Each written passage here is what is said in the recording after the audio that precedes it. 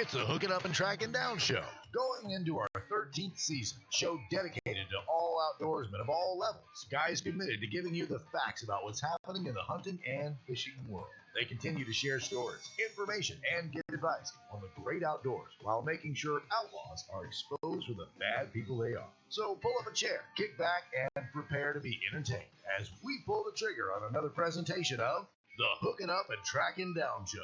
Here are your hosts, the legends of Outdoors Radio, Gary McCoy, Mike Eccles, and Steve Graff. Hey, it's Gary McCoy, the old Ranger Iowa pro staffer, Steve Graff in the middle of the radio today. The Mud Hen, Mike Eccles over there on the other side. Here for your viewing pleasure. He's wearing pants today. He's big boy now. Part of them. Jaybird Wiley still got his porn stash going today. It's there. I got the beard coming in. Okay.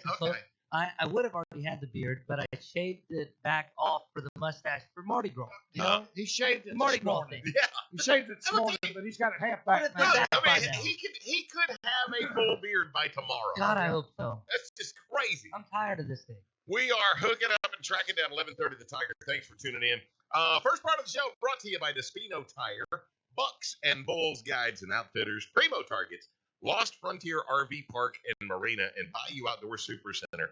Your Ranger Boats headquarters for the Arklatex. Now's the time to stop by.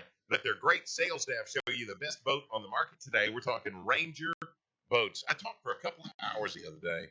You know how you get friendships over the years through fishing and stuff like that, and you go a while and you don't see somebody or get to visit with them, and then all of a sudden it's like you pick up right where you left off. Yeah. Jeff Pate and I, Saturday, I know we stayed on the phone for 2 hours.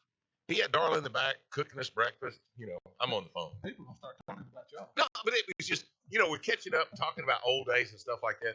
And he was talking about, because we mentioned the Lost Frontier RV Park. Yeah. And he was talking about, back when it was just Frontier Park, when we had so many tournaments out of there back in the day.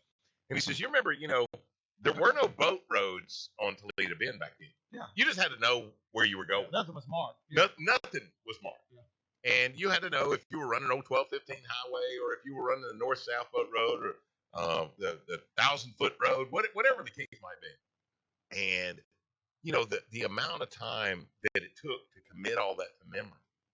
And I want to say that one of the biggest advantages that some of our high school and collegiate anglers have had is they don't have to put in that time to learn that stuff because of the avionics chips and things like that. And all the great fishing spots that are already marked on there, community holes and things like that. Yep. And I mention this because here in just a second, I say in just a second, 11:15, we are going to have Trip Bowman and Matthew Nesbitt on the show with us. And Sunday, they were the winners of the SAF High School Fishing Team Tournament, the championship, Louisiana Championship on Toledo Bend. Now, granted, these boys, they get to do a lot of fishing with their folks and stuff like that.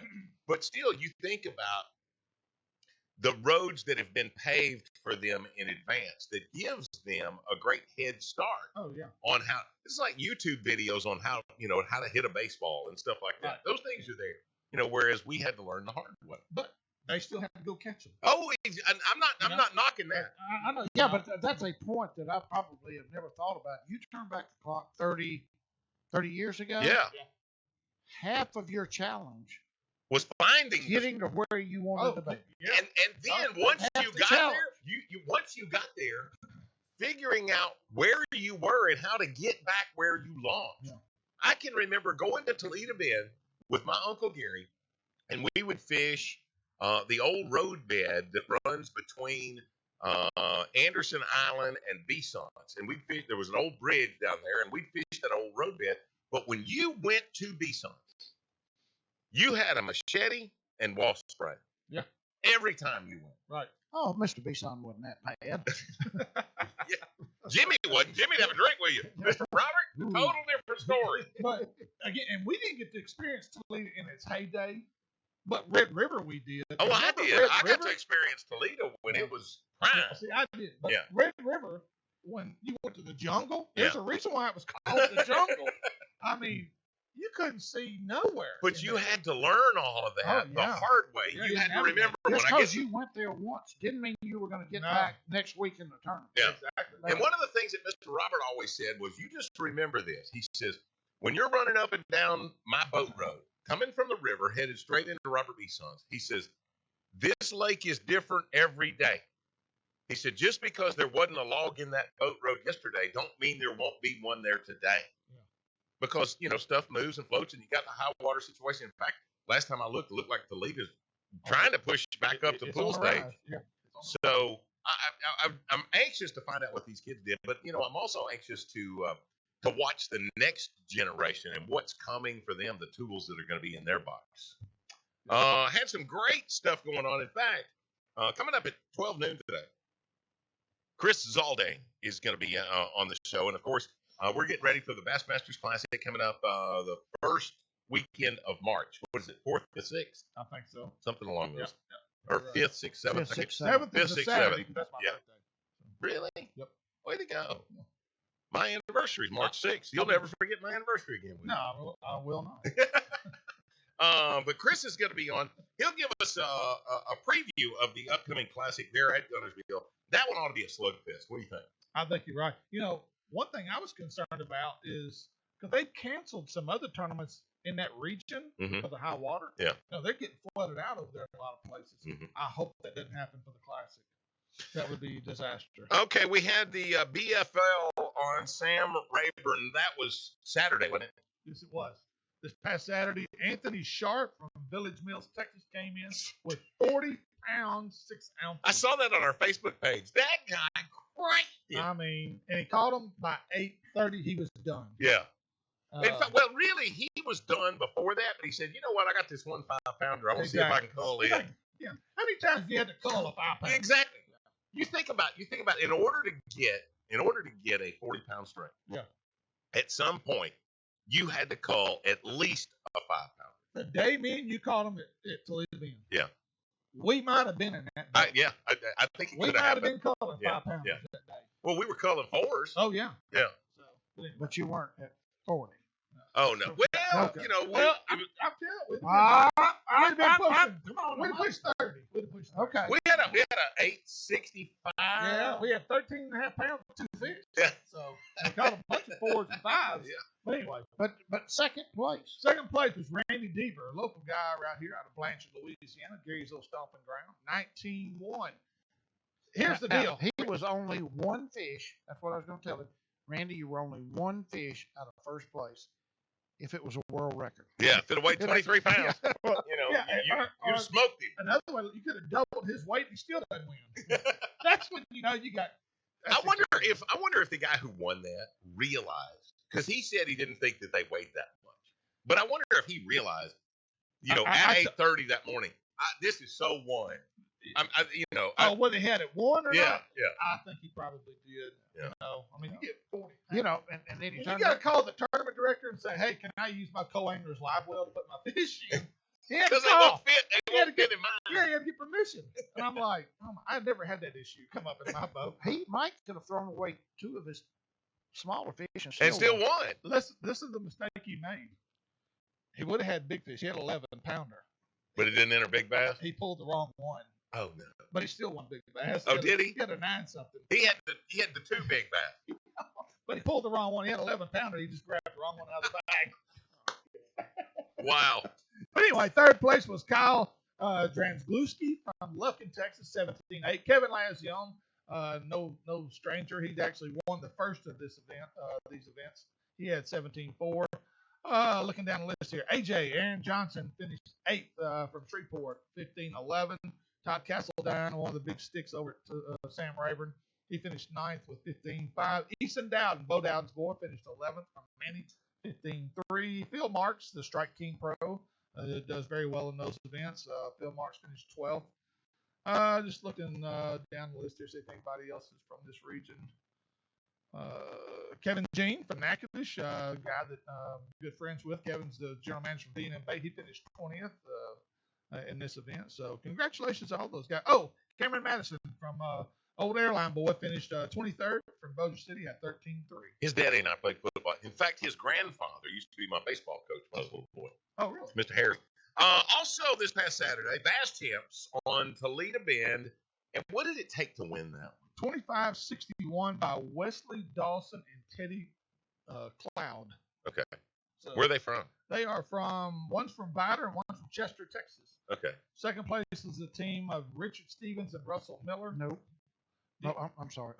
Bass Champs. I'm sorry. Yeah. Do you know Elmer? Where's Elmer? Fudd. Elmer, Louisiana. I don't have a clue.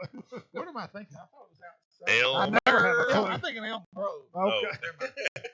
Yeah, anyway, they Down finished. there at Miss Doyle, Elmer, Yeah, Elmer Grove. Down there at the crossroads. Anyway, Close to the dam. Louisiana boys finished second with 20.77. Let's see here. I'm trying to see if anybody locally. So it dropped from 25 to 20.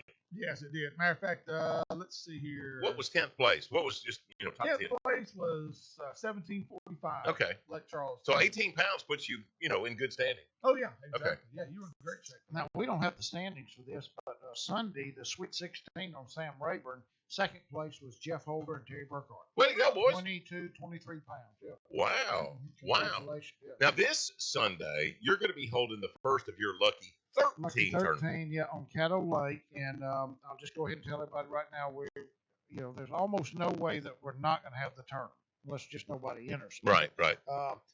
Do have high water issues. There is a good chance that we may have to move the weigh-in site. Okay. Shady Acres, where we were scheduled to have it, has shut the road down going in there because of high water in the parking lot. We'll just have to wait and see. Friday, I'll make a call.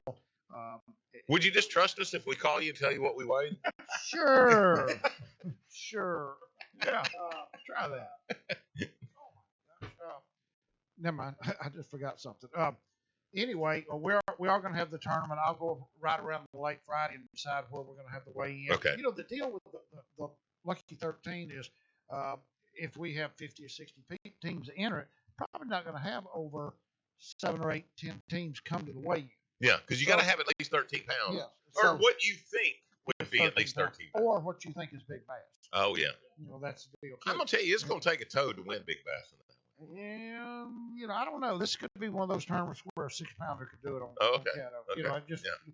with the muddy conditions, it's gonna mess. It's gonna mess more with the fishermen than it is with the fish. The fish, yeah. Yeah. So, but we're gonna have the tournament, and it doesn't matter where we decide to have it. I'll do my best to pick something that's good, Mhm. but we're not gonna have 40 or 50 people trying to get to the scales. Right. So if it's a location that's small and kind of tight fit, we just got to go with where we can have the Right, right.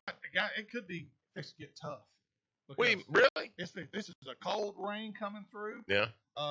In 2 weeks at Rayburn, it went from 61, 62 to 52 in 2 weeks. Temperature of the water? And Toledo Bend's the same. Dude, place. yesterday was amazing. It was 77 degrees at my house. Yeah. And when the rain set in, within an hour, it was 52 degrees. Yeah. Dropped hard. Yeah. It dropped 25 degrees in an hour. And I was like, I've seen some weather change before. But that just tell me this, Mike, and I think, wouldn't you say that if you had been on the water when that happened, you'd probably lit the world up when that front first hit? Oh, it depends on how many clothes I had in the boat. I'd lit the boat on fire.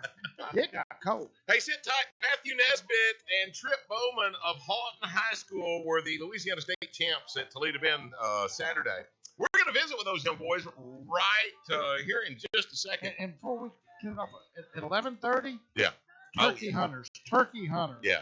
We got a guy on that has killed, I don't know how many turkeys. 49 states he's killed a turkey in, all of them on public land. Dave Owen from the Pinhoti Project, maybe one of the best turkey hunters in the world, and he's going to be here for 30 minutes. 11:30, that's coming up. But here in just a sec, Matthew Nesbitt and Trip Bowman, we are hooking up and tracking down. 11:30, the Tiger. Show me where I start. Find the horse and cart.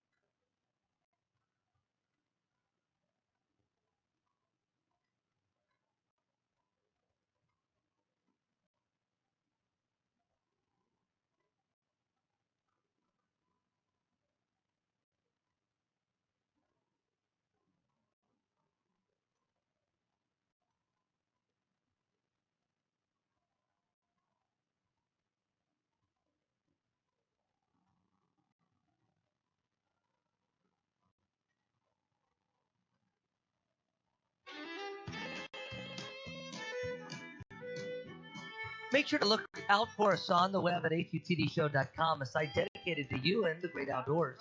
This segment presented by J&J Exterminating, Gamakatsu Hooks, Exodus Batteries, Tyler Rods and Reels, and Super ATV. Get ready to hit the trails this spring by upgrading your ATV with accessories from Super ATV. All fishing lines are not created equal at Seagar. They specialize in making line that's tough, durable, and dependable. Fluorocarbon abrade Seagar has a line that's perfect for what or how you want to fish. Whether it's Tatula, Red Label, Abrades X, InvizX, or their awesome Smackdown braid, Seagar will take you to the winner's circle. Go to seagar.com to find a dealer near you. Seagar, always the best. On the Primo Targets Hotline with us, high school fishing champs Matthew Nesbitt and Trip Bowman of Houghton High School. Good morning, boys. Morning. How are you? Boy, Did y'all like, get- they're like twins. Did y'all have to get like special permission to get out of class for this? Yes, sir, we did. What- We're what- in Miss Kristen Brandon's office right now. Tell her I said hi. Wait a second, are we on speakerphone? Yes, sir. Oh, okay. So far, it's working okay. I Yeah. did tell your mom to not let us, but that's okay. We'll see how it goes. We'll see how that works. Listen to me.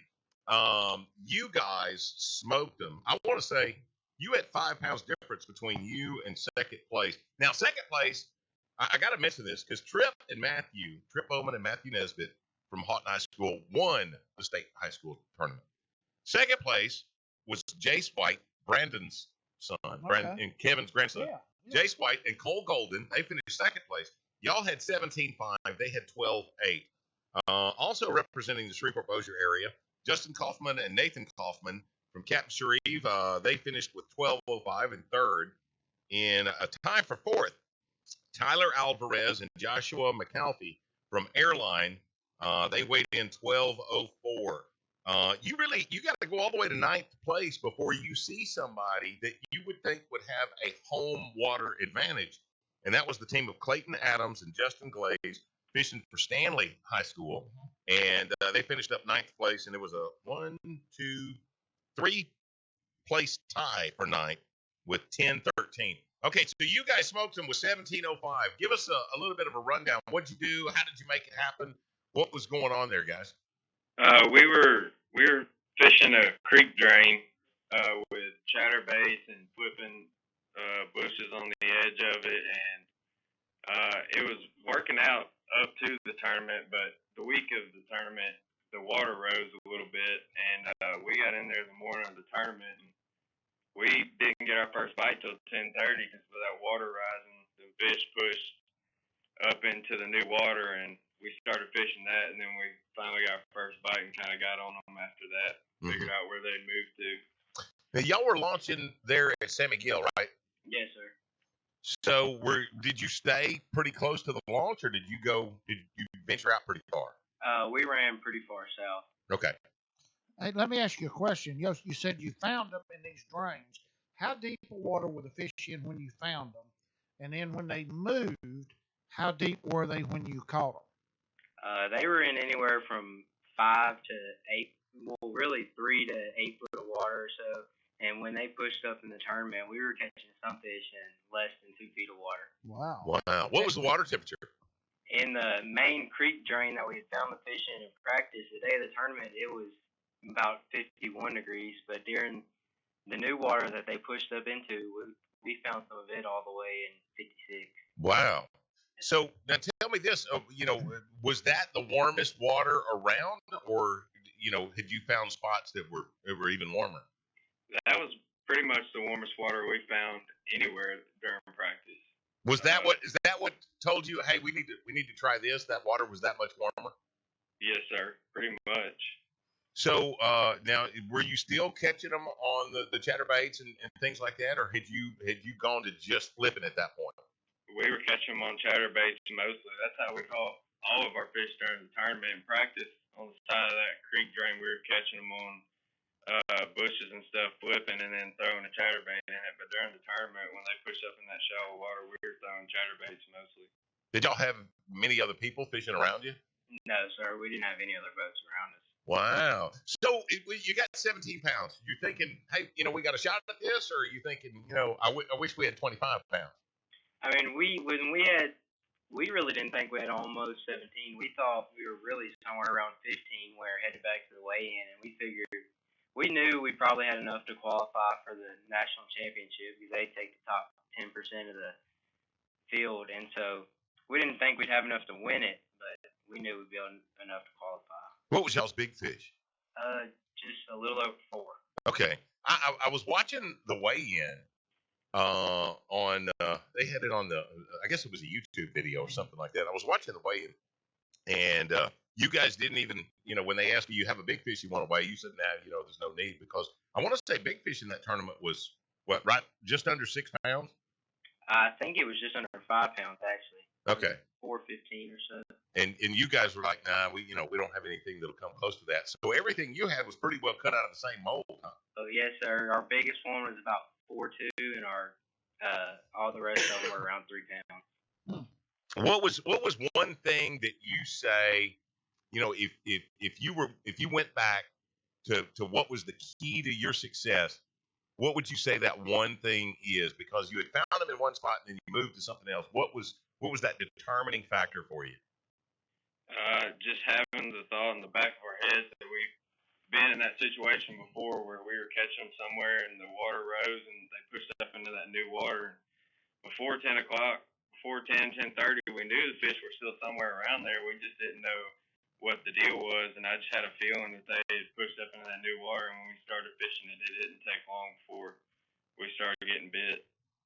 Now, guys, when it comes to team fishing like you're doing, there's what makes a good team is two guys that, number one, get along in the boat really well. Number two is guys that are good at special things as far as techniques. Do each of you have something special y'all do that you're a little better spinnerbait fisherman? The other guy's good at crankbait. One guy's good at pitching and flipping. What's y'all's strength as a team? Really, I would say he's a better. If it's a power fishing tournament where we're trying to cover water and when it's warm in summertime and stuff, and we're just trying to flip as many trees as we can and stuff, he's probably the best at that. Now, who's he? Yeah, who's he? Which one are we talking to? You're talking to Matthew. I'm talking to Trip. Okay. Trip's probably the better power fisherman. I'm more. I excel more when it's colder and we have to fish slower, I think. One of the things that occurs to me is, like you're talking about, the fact that, you have to pair up well, because we were discussing this before the show started. You can have two really good fishermen that just don't make a good team. Yeah. Because one likes to move really fast and the other wants to slow down and methodically tear something apart and go that way. Do you guys find that, when you figure out what the fish are doing, are you both pretty accommodating of what's going on? I mean, it's like, okay, when it's time to slow down, let's slow down. But if we got to put that trolling motor on high and cover water all the way from the Pendleton Bridge down to the dam, are you both able to do that? We kind of just both, when we figure out what we got to do, we kind of just put our minds to it. And sometimes it's tough when the fishing's tough and we have to slow down. Sometimes it sucks not being able to just run that trolling motor on high and throw a bunch and fish a bunch of stuff. But sometimes it's just what we got to do. So we bear through it. What are you guys looking to do? You're both seniors, correct? This is your final year. Are y'all looking to take it as a team to the next level in college, attend the same university, or are you looking to split up and go separate ways? Yes, sir. As of right now, we're both planning on going to LSUS and fishing for their fishing team. Oh, cool. That's good, man. Well, Matthew, I was just wondering, because I've known both of you boys since y'all came in this world, and with Matthew's parents, Chris and Carla at Bellevue Meat Processing, Matthew, you got like a built-in side job. I thought you was going to say he had an endless bank account. Yeah. All the money that he needed. Yeah. You got a built-in side job. And Trip, you're no slouch when it comes to, finding things like that to get into. Have you found out how expensive it is to fish? Because it's not a cheap hobby. Yes, sir, for sure. We went to Toledo 6 times in the past 2 weeks before that tournament, and it wasn't cheap. Who's paying for the gas? I pay for all my gas, and he pays for a little bit of his gas too. So. Okay, so mom and dad aren't writing the checks on these. Oh no, sir. Hey. A part-time I'm job. tickled. You know, I mean, All that's the right, way it hey, ought to that's be. the way- yeah, I Yeah, agree. I'd like to get the story from the parents now. yeah, we'll get Carlo on next. See if that really holds up. That's pretty good. Now listen, when you guys showed up, how many teams were there?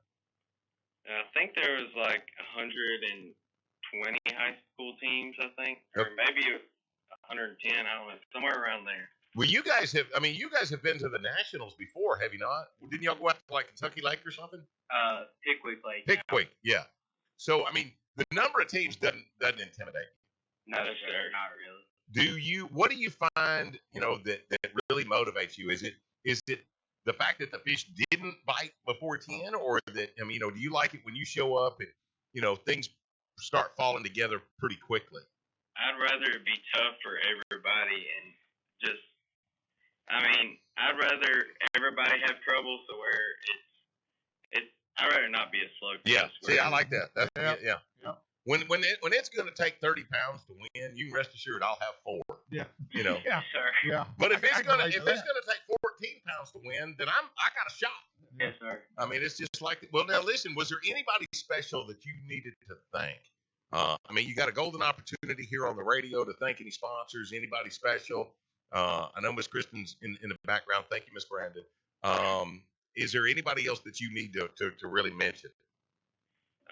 Really, our parents for supporting us in all of this and allowing us to have the time to go down there and practice for all these tournaments. And I know they get tired of hearing about fishing all the time. Who was your boat captain that day? Our boat captain was my sister's boyfriend, Colson White. Okay. So you guys were in good company, huh? Oh, yes, sir. All right. Well, congratulations, Yeah. boys, Good and job, guys. also congratulations to Jace White and Cole Golden. Now they also from Halton High School. They also qualified for the national championship, didn't they? Yes, sir. And you guys are headed to Wisconsin for that. Yes, sir. Now, that's good. Do y'all help each other as a team? The two teams, y'all get together and say, hey, this is what we're doing. This is how we're catching them, blah, blah, blah. We will once we get up to like the national level where Yeah. it's really just us two that really know each other from around here. Down here, when they're fishing locally, Yeah. no, I ain't telling you squat. Yeah. You Young go find your own boy. fish. Trip Bowman and Matthew Nesbitt from Halton High School, the Lip Rippers. That's the name of the Halton High School. Is it fishing really? team, That's the a Lip cool Rippers. name. Yeah. I like that. Congratulations, boys, and a job well done, and good luck to you in the Nationals. Now, when's y'all's next tournament? February 28th And that's going to be where? on Toledo Bend. Oh, so you're back down there. You think your fish will still be there? They might be. Hopefully some more will move in there. There you go. Let me know when y'all go practice. I'll follow. Congratulations, boys. Way to go. Thank you. Hey, here in just a sec, Eccles told you about this just a few minutes ago. On our Primo Targets hotline, Dave Owens of the Penhody. Project. If you're a turkey hunter, or think you might be a turkey hunter, we're going to give you a chance to hear from the real deal. Maybe the absolute best turkey hunter in all of guy North that America. will convince you that it's more how you hunt than where you hunt. Oh, wow. He's done all this on public property. Public land, yes. He Wow. is next. Hook it up, track it down, 11:30. The Tiger.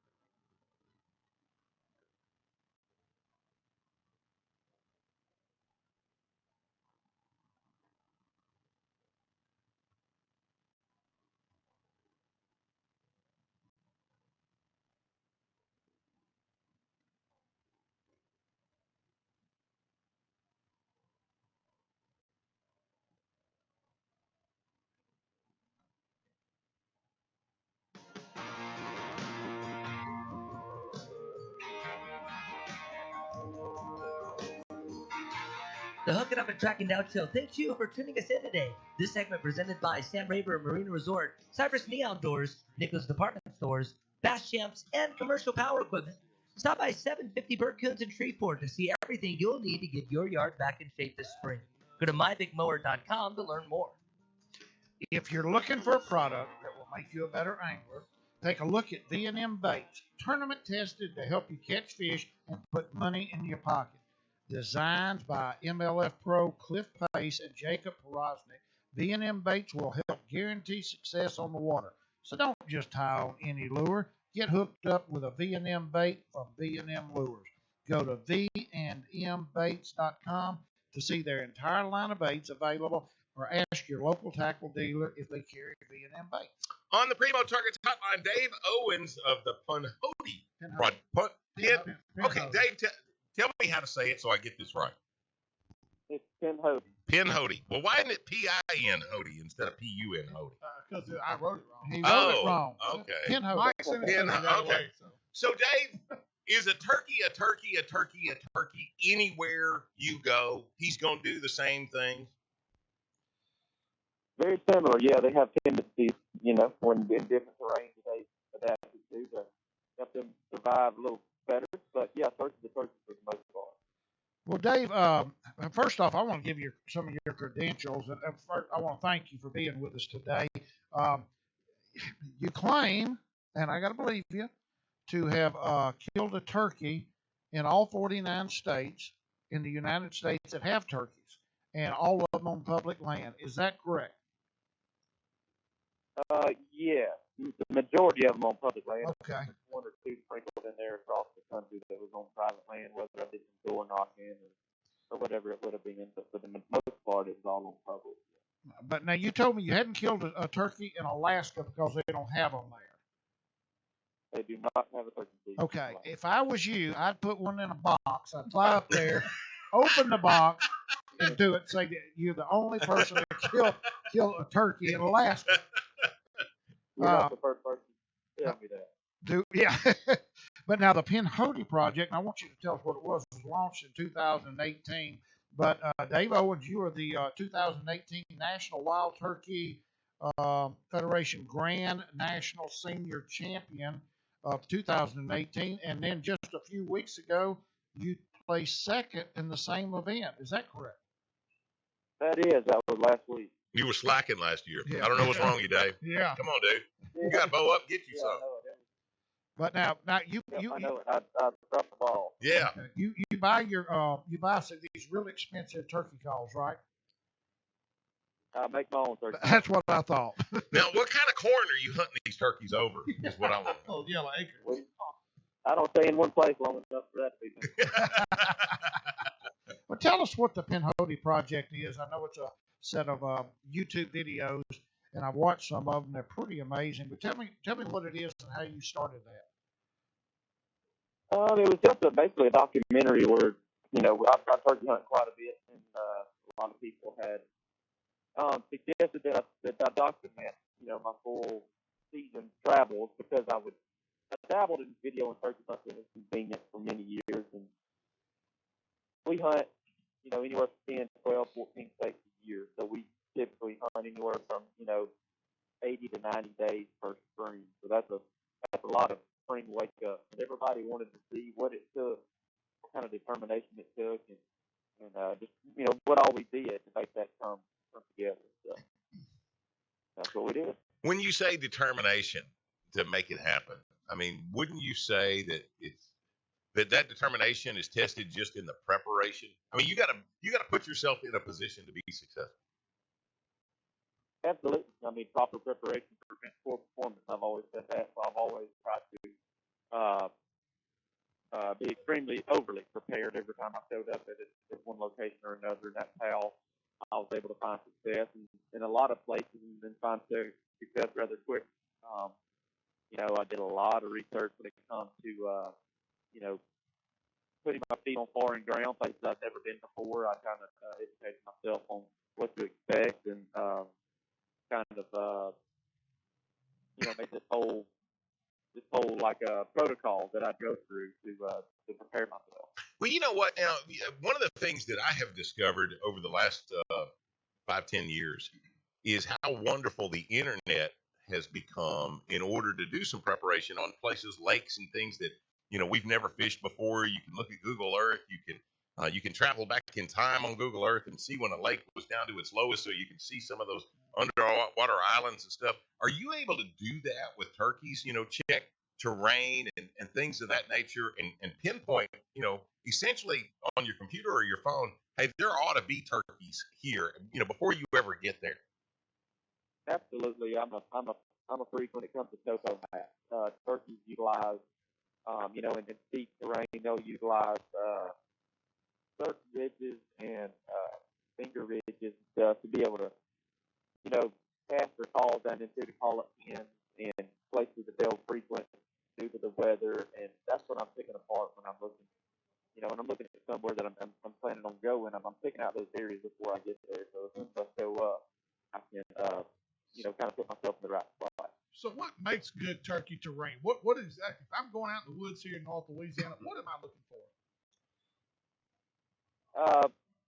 It's such a broad question. It's all dependent on where you're hunting. Like if you're hunting swamps, I usually like to target where a couple creeks come together. Turkeys like water. They like over water. They like habitat transitions, so I look for places with hardwoods each time, possibly a field edge, things like that. They like roadways. They like fire breaks, things like that. So I'll try to put those maps apart and see if I can target those type areas. So it's just like anything else. They like transitions because they can kind of stay in a small area and get everything they need. Everything from insects to seeds to anything they're going to need to eat. Well, Dave, with a win and a second place in the National Wild Turkey Federation calling contest, and your accolades with all your YouTube videos, a turkey in 49 states, you obviously get a lot of invitations to go places and go hunting. Why do you just feel that you want to do this on public land so much? What's the draw? Is it to prove?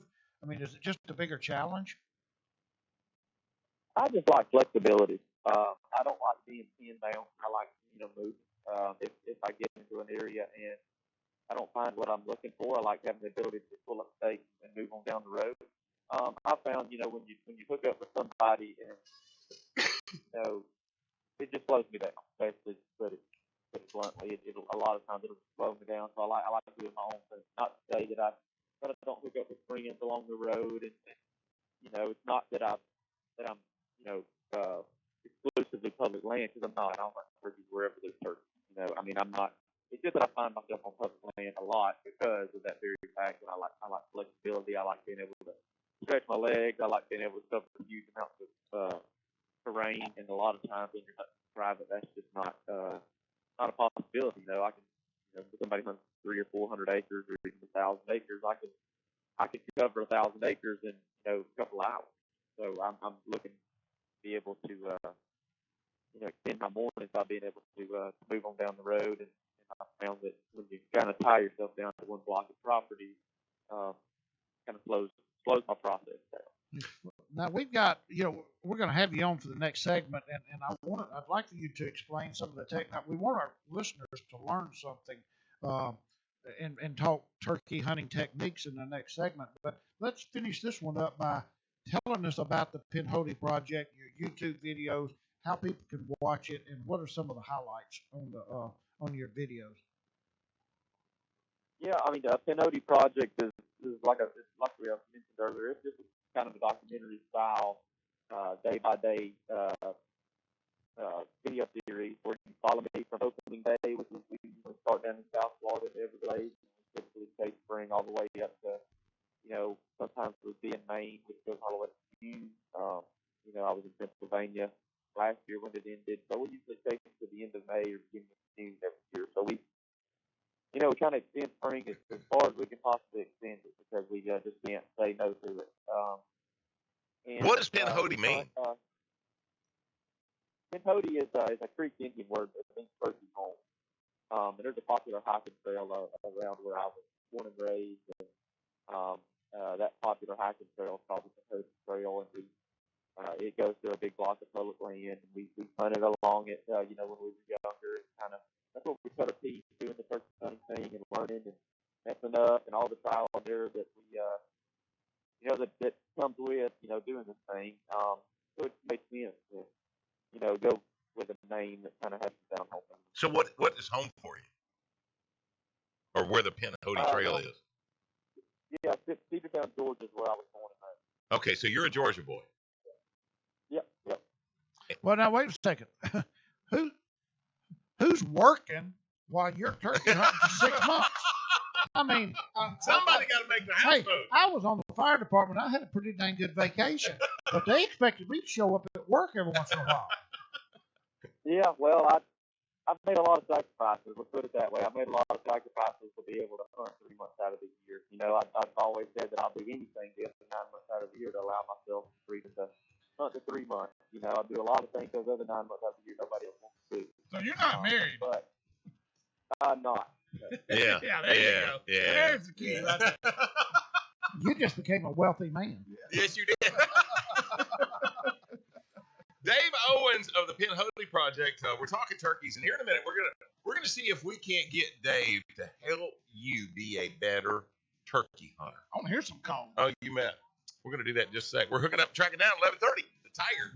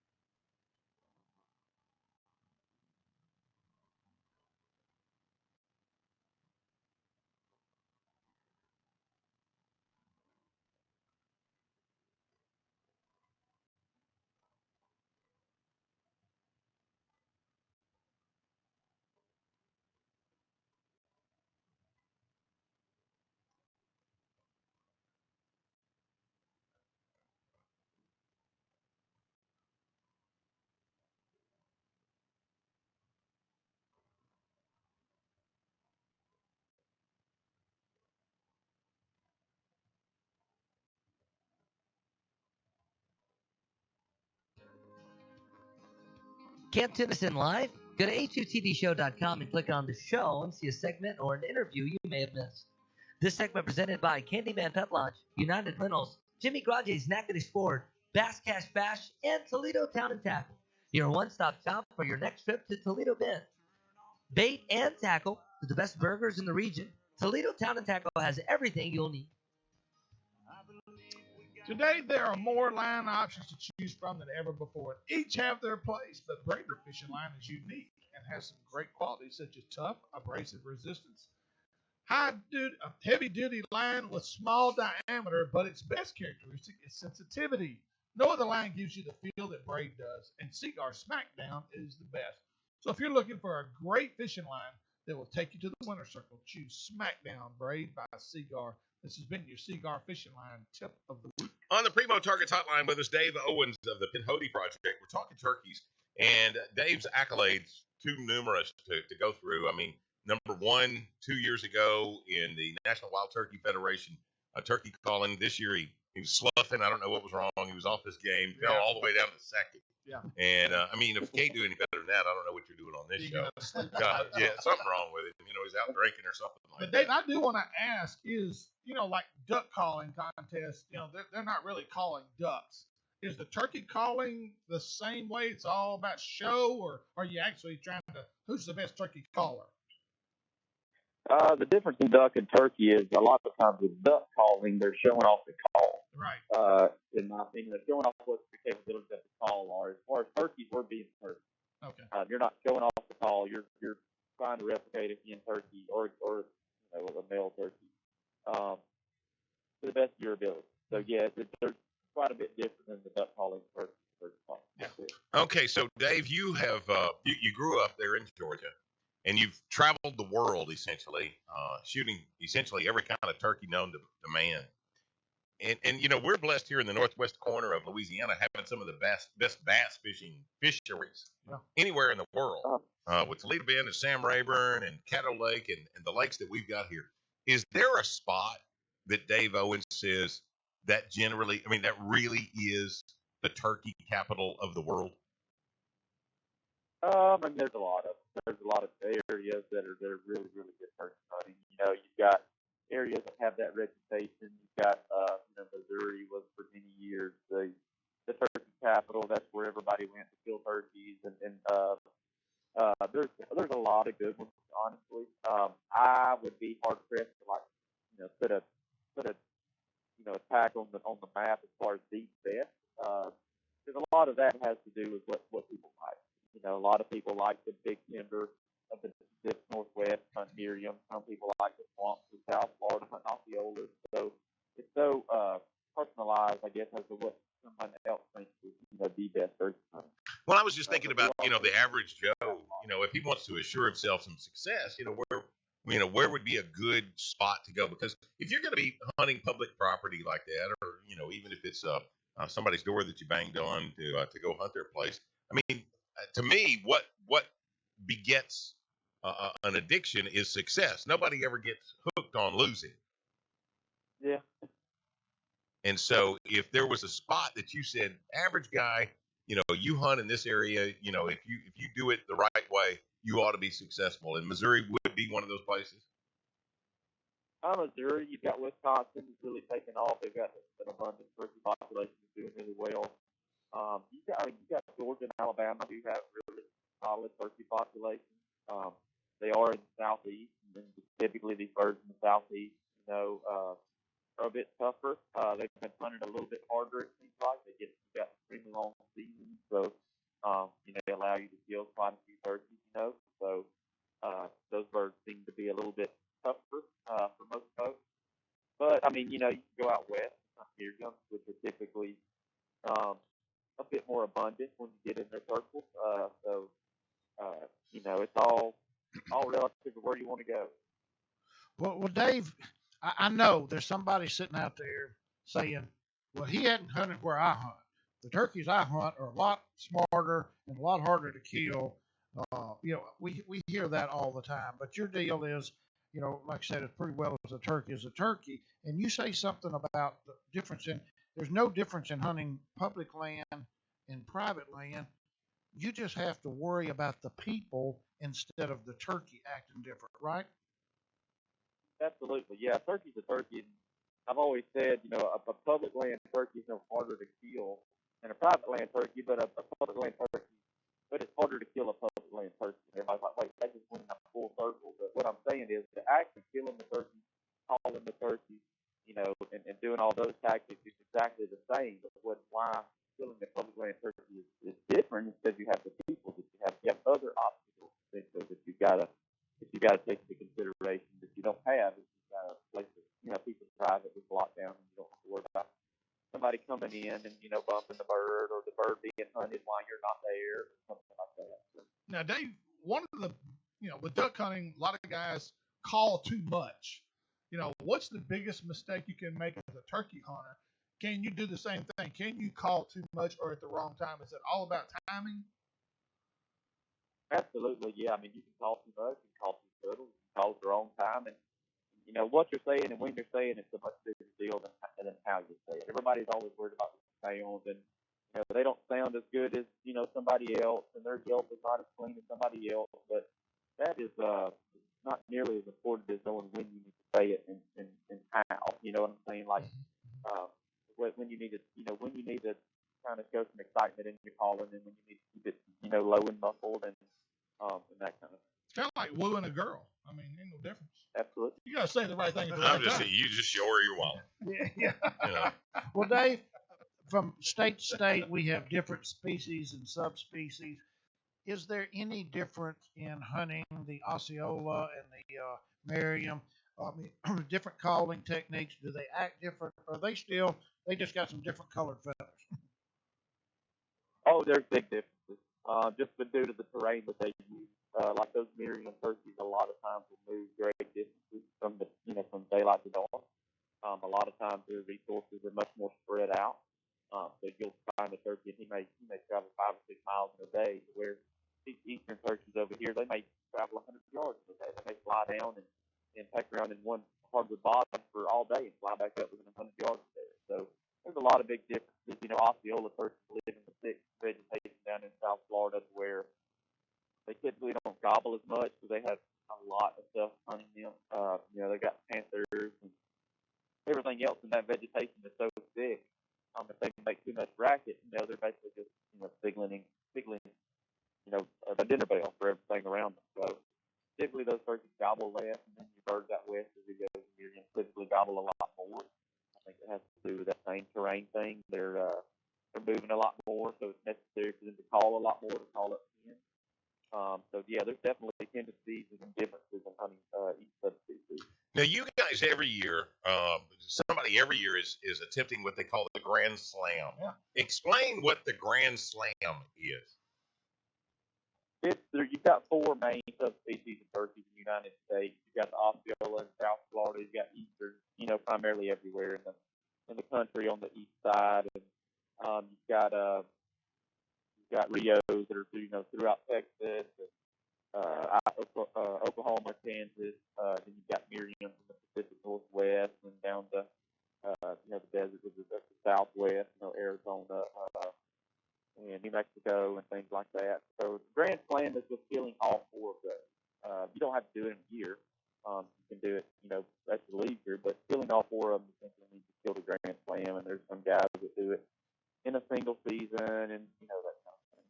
Well, traveling the country, Dave, do you see or hear people talking about the the wild hog population having an effect on the turkeys? Yeah, I'm seeing it here at home.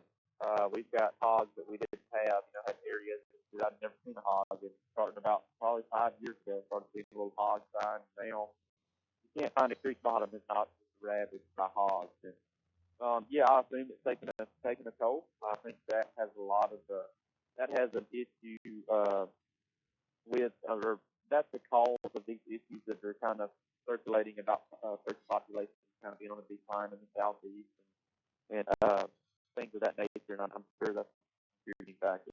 Okay. Well, I got one last question for you, and I got all these questions from my son. He's actually the one that watched all the videos and put me in contact with you. But he also, you've got a real, you're really fanatical about. And this is after the shots fired. How you leave an area even after you've killed your turkey? Explain that. I've just always tried to leave it the same as it was when I got there. I try to get in and then do my thing and get out without disrupting essentially anything. I try to go into a place and hunt it and leave it, and it's essentially like it hasn't been hunted. I try a very low impact approach. I basically hunt every area that I'm hunting like it's the only area that I have to hunt. So if you know that you're going back into a place tomorrow, you don't want to go in there and blow it all up, filter it all up. And that's just kind of an approach that I started many moons ago, and it's just something that I try to go in and not disrupt, deer, birds, whatever. I try to be extremely cautious in my approaches, and really just when I leave, I wanted to appear that I was never there. Well, and it's like one of the things he said: you kill a turkey, you're happy you kill one, but you and your buddy which you have several buddies hunting with you, you don't throw it across your shoulder and walk out across the cow pasture singing and hollering that you killed a turkey. You take a kind of a silent approach to slip out. Just because you fired one shot, there still could be some turkeys that don't know you're there if you're careful. Yeah, absolutely. And then it's just also like we don't do the whole kill him and grab him and go. We slow the process down once we're lucky enough to be successful. We appreciate what we were, fortunate enough to experience and the bounty we were able to collect. We're very appreciative of it. We respect each other. We respect wild turkey more than probably anybody's ever imagined.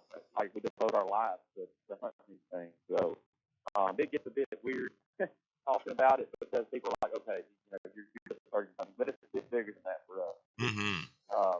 We love these things. I mean, we absolutely love it. We got about 60 seconds, and I want to ask you, what is the power of positive thinking comes in. You got to see yourself successful, and then when you consider the 7 habits of highly effective people, first things first. That's the number one rule. First things first. What is the most important thing that somebody needs to do before they ever hit the woods? Just find that motivation you need to do it. I mean, get up off the couch and do it. My biggest thing is all of these people are like, oh man, I love what you do, and one day I'm going to do it. First thing I tell them is one day, find any map you can possibly look at. I mean, any calendar you look at one day is not on the calendar. So get up, get motivated, do it, because next thing you're going to find something's going to happen, or you're going to get old enough to where your body's not going to let you go if you once could. So my biggest, number one step in doing what I do, or doing something similar, is just get off the couch, putting a plan together, and finding that motivation that you need to do it. Dave Owens of the Penn Hody Project. Check his videos out on YouTube, and I promise you, you're going to learn something. But Dave, do you mind as we leave you, would you give us a call? Oh gosh, I don't have a call in my mouth. I don't even know where they are. Oh, come on, you can do it. I guarantee you, Dave Owens can do one without a call. You won the national contest with a homemade call.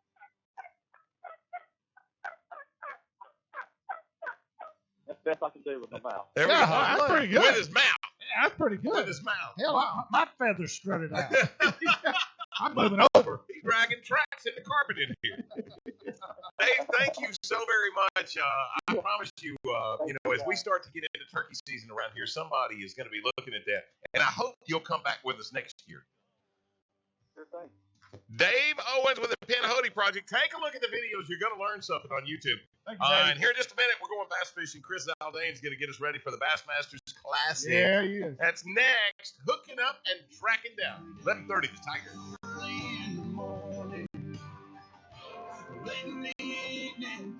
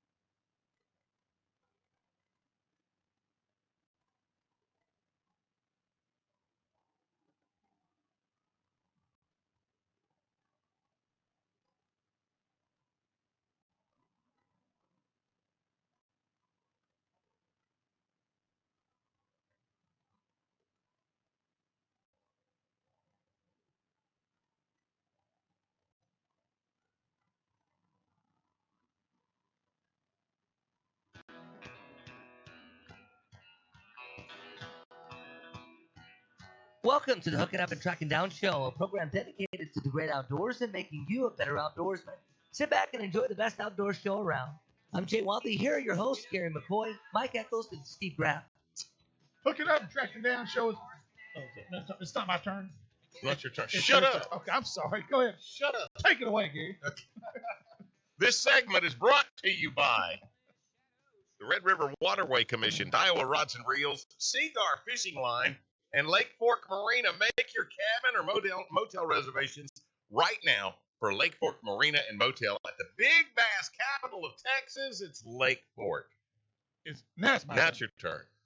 Here's a Take little, it away, Steve. little Bass Champs All promo. right. Hooking Up and Tracking Down show is pleased to announce that the 2020 Bass Champs circuit is out. They've already got 2 in the books at Toledo Bend and Rayburn. Considered the best team bass fishing circuit in Texas. Up next for East Texas Division was Toledo Bend, which we covered that this week. I got to update that. Win cash and prizes at each event and maybe a brand new Skeeter bass boat. If you love team bass fishing, Bass Champs is the circuit for you. To see the entire 2020 Bass Champs schedule, go to BassChamps.com. On the Primo Target Hotline with us, Bassmaster Classic qualifier Chris Zaldane, getting ready for the upcoming Classic at Gunnersville. Boy, they just couldn't find y'all a good pond to fish in, could they, Chris? What's up, guys? How we doing? We're doing awesome. I just wish that they could have found you, some decent water to go fish in. Somewhere where they got big bass. Yeah. Big bass. Yeah. God love you. I mean, it's just going to be terrible there, isn't it? That's right. Yeah, it's funny. This week, practice starts in about 8 or 9 days, and this week, my lovely wife, Trey, she's got this honey-do list for me before we hit the road, and all I want to do is spend time in the shop down there, pull up all my rods and reels, and see our line there, and I have been the last couple of days. So that honey-do list is coming around today, so we're out running errands today. Well, now, wait a second. She's fishing all the open, so that honeydew list is probably respool her line, gas up her boat, vacuum her carpet. That's right. That's right. No, that's right. Now we're trying to just get everything out of the way before we hit the road here. Because once we hit the road, I mean, the Classic, Chickamauga got canceled, so it was actually welcome to have these 2 weeks off and just kind of get everything squared away before we hit the road. And we got the Classic and then the Chickamauga event, and then one of her opens, and another elite event, and another one of her opens. So it's going to be pretty hectic here this spring. Well, one thing I learned about Trey, I talked to her at ICAST this past summer last year, and visiting with Trey. Y'all were walking around the show, and I got a chance to pull her aside and visit with her for a few minutes. She's pretty independent. She doesn't need your help on too much. Matter of fact, she acts like she didn't want your help on too many things. She's an independent Texan, and she doesn't need my California help in any way, shape, or form. It's kind of a unique relationship, marriage, and that could you mention your wife fishing for a living? No. No. It's definitely different, but I wouldn't have it either way. And she reminds you that she is from Texas, so therefore she wins, right? Yeah. Oh, daily. Daily. Yeah. So with the Classic coming up, I mean, obviously Gunnersville, is an area that's being hit with all the high water and the stuff that we're getting. In fact, Toledo Bend's steadily on the rise. It was way down because they held it down doing some work on the dam, and we were looking the other day. I mean, we're getting close back to pool stage, and should we get more rain after that, we might start seeing some flooding. Well, is there a possibility that Gunnersville could be out of the banks? Yeah. There is a possibility. There always is, and we've looked at Jackson, Mississippi flooding, all the surrounding states. You guys down there in Louisiana, Texas, Alabama. I mean, we're all in danger of flooding. So we're kind of keeping a close eye on the weather, and for me, I'm just relating that, just keeping a close eye on the weather and what the rain's doing, the water levels are doing, and just going through certain lures and techniques and specifics in my head. Because for me, that's all that matters. But for the tournament organization, for Trick Weldon, for some of the other guys, at Bass, and they're keeping a close eye for safety reasons. That's why they had to, reschedule the Chickamauga tournament. But we're looking pretty good. They're keeping a close eye on it daily. We're looking good. We are going to have larger than normal flow through Lake Gunnersville. And for those who don't know, some of your Louisiana listeners, that's just a big river chain there, and they pull some water through there, man. Their dams are huge, and they pull some water through. So you'll start to see as it starts getting muddy and a lot of higher current, more current than normal. You'll start to see just more backwaters playing during the classic. So not only are the tournament officials keeping close tabs on the weather and the rain, but all the fishermen that are competing are also keeping close tabs and constantly making adjustments daily. Chris, as the and I'm speaking because we put on some tournaments here, and we've always, matter of fact, we've got one this Sunday that we're battling high water. Has the classic ever been canceled? Or postponed? Yeah. It has not to my knowledge. Okay. No, I've only been around for been fishing nine years professionally now, and as far as I can remember, I was a fan for 10 years before that. As far as I can remember, I don't think it's ever been canceled due to flooding or weather. Postponed days due to fog, due to lightning, yes. But as far as canceled, I don't think so. Man, that would be, I mean, I guess it's definitely a possibility. But think about all those thousands of fans that have hotel rooms booked and set aside the time off of work to go there and attend the classic. I know the expo is going to be a tremendous show. I know y'all will be there. Every sponsor in the industry will be there. A lot of the guys who moved on from the Bassmaster Elite Series now fishing other tours, they will also be there. So it's going to be one of the biggest expos ever. And I know Tripp is keeping a close eye, and water levels are coming up and everything. But there's two dams. There's a dam above Guntersville, dam below Guntersville, and I think before they cancel, they're going to open up those things wide open and get that water out of there if need be.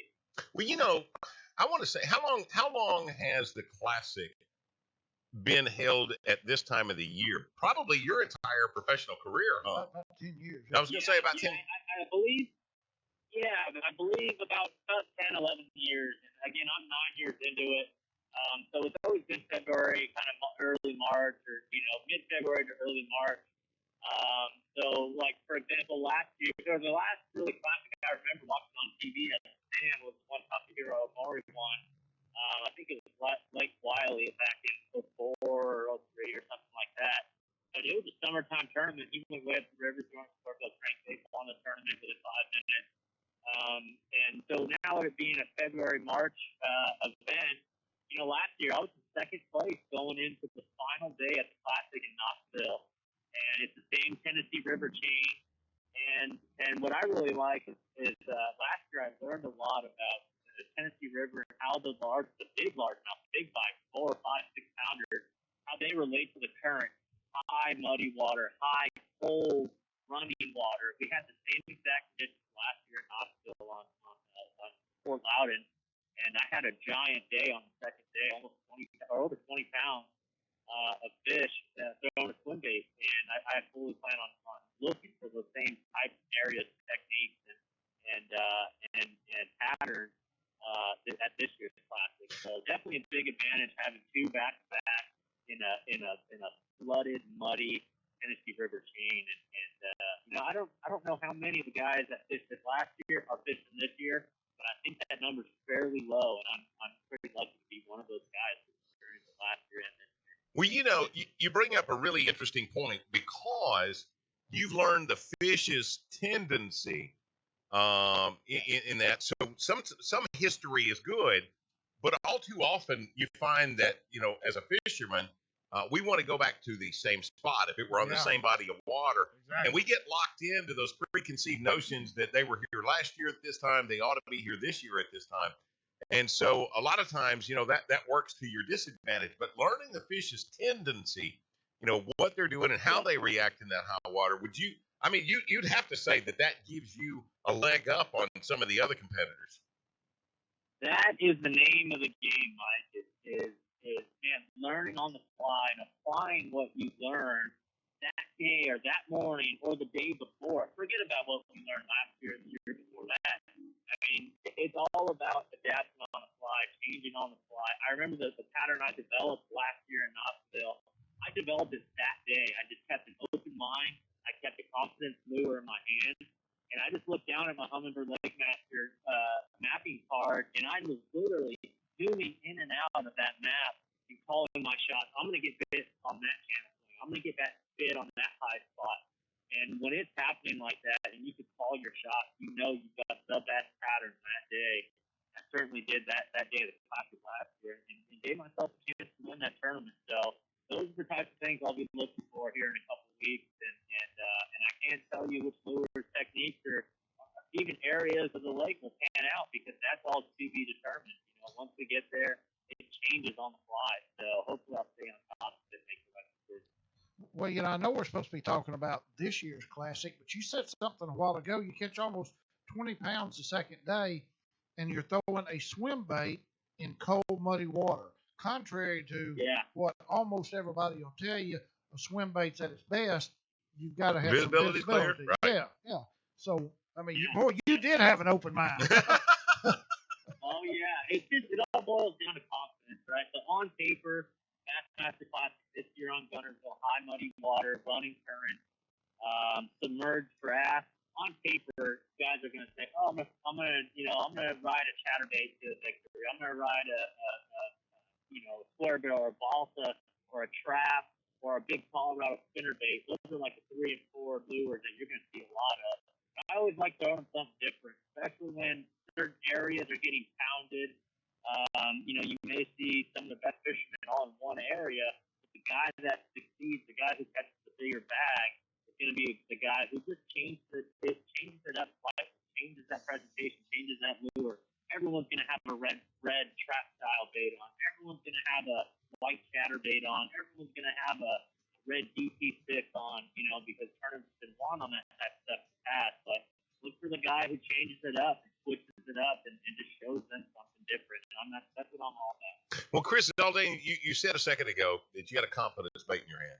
What's your number one go-to confidence bait? This is one I know when I'm throwing this, I'm going to catch a fish. Exactly. Yeah, I'm going to go ahead and say a jerk bait because it works year round.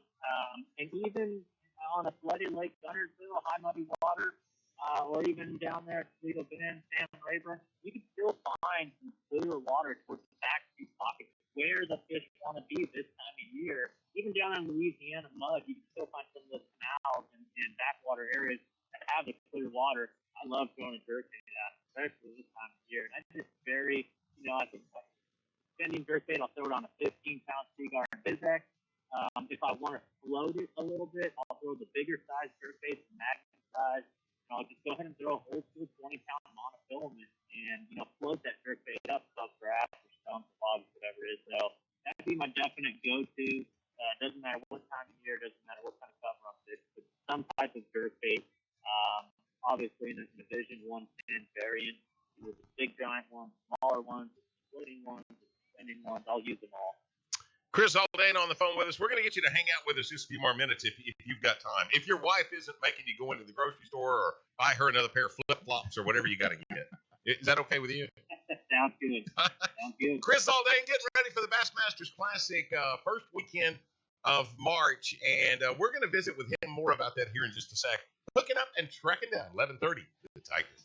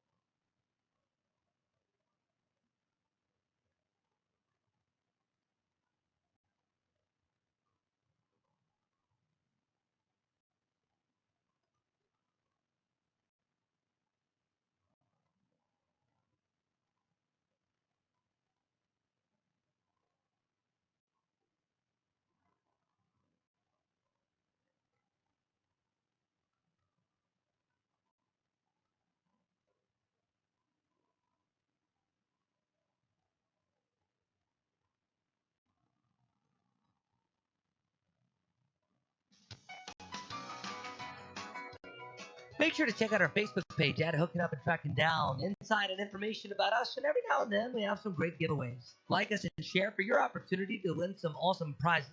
This segment presented by Super ATV, United Rentals, J&J Exterminating, Sand Raver Marina Resort, and Exodus Batteries. The next time you need a new set of batteries, invest in a set of lithium batteries from Exodus. Batteries designed to last years versus standard lead acid. Go to ExodusPower.com to learn more.